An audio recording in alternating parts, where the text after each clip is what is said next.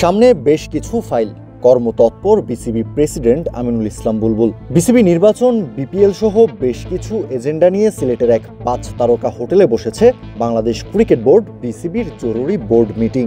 এত সব এজেন্ডার মধ্যে সভার মূল আলোচ্য বিষয় হতে পারে বিসিবির আগামী নির্বাচন।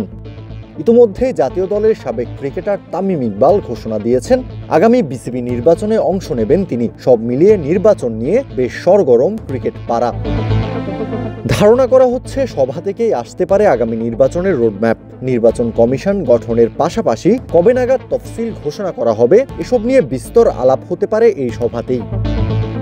সিলেটে বিসিবির বর্তমান পরিচালনা পর্ষদের বেশ কয়েকজন পরিচালক অনুপস্থিত আছেন, তবে তারা সবাই অনলাইনে সভায় যোগ দেবেন। বিসিবির বিশ্বস্ত একটি সূত্র ক্রিকফ্রেন্সিকে বিষয়টি নিশ্চিত করেছে। নির্বাচনের পাশাপাশি বাংলাদেশ প্রিমিয়ার লিগ, বিপিএল নিয়েও হতে পারে আলোচনা।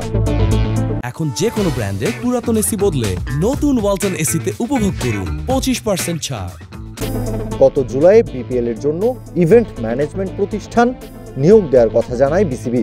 মোট 5টা প্রতিষ্ঠান আবেদন করলেও কারা দায়িত্ব পেতে যাচ্ছে সেটি নিশ্চিত করেনি বিসিবি। সিলেট থেকে এ নিয়েও আসতে পারে চূড়ান্ত সিদ্ধান্ত। জানা গেছে আগামী 3 বিপিএল এর জন্য পরামর্শক হিসেবে দায়িত্ব পেতে যাচ্ছে যুক্তরাষ্ট্র ভিত্তিক স্পোর্টস মার্কেটিং পরামর্শক প্রতিষ্ঠান আইএমজি।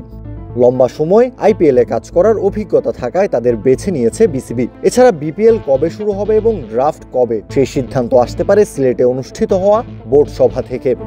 বিপিএল এর আগামী আসর থেকে একটি ভেন্যু বাড়ানোর সিদ্ধান্ত নিয়েছে বিসিবি। চূড়ান্ত ঘোষণা আসতে পারে সেই ব্যাপারেও। বিপিএল আয়োজনের দৌড়ে এগিয়ে আছে রাজশাহী, বরিশাল, খুলনা এবং বগুড়া। এই 4টি ভেন্যু থেকে কাকে বেছে নেওয়া হবে সেটা নিয়েও আলোচনা হতে পারে এই সভাতেই। মাঠ প্রস্তুত না হওয়ায় বিপিএল আয়োজনে একটু পিছিয়ে রয়েছে রাজশাহী এবং বরিশাল। বিপিএল এর মতো টুর্নামেন্ট আয়োজনের জন্য খুলনাও প্রস্তুত হবে কিনা সেটা নিয়ে খানিকটা সংশয় এখনো আছে। এসবের বাইরে সাইমন টাফেল বাংলাদেশে আসছেন কিনা সেই বিষয়ে আলাপ হওয়ার সম্ভাবনা রয়েছে।